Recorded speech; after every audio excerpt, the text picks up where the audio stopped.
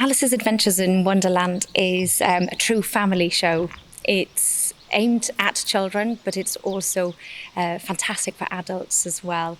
And the magical thing about it is watching the children's reactions to all the amazing characters. It's a huge mixture of different things. You've got jazzy rhythms, you've got opera style music, you've got bright costumes, scenery. I hope it'll be very family friendly. I think it is.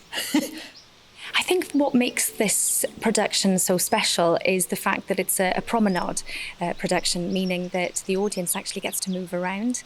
But it's wonderful for the children to literally follow Alice through Wonderland. It's a story about Alice going on a quest. Yeah, I've had a lot of fun with it. So.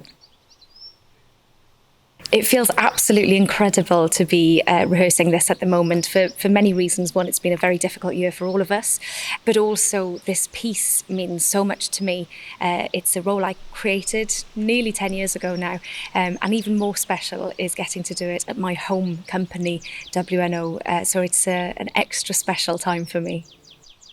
I think people are ready for live entertainment again, so I'm looking forward to that very much.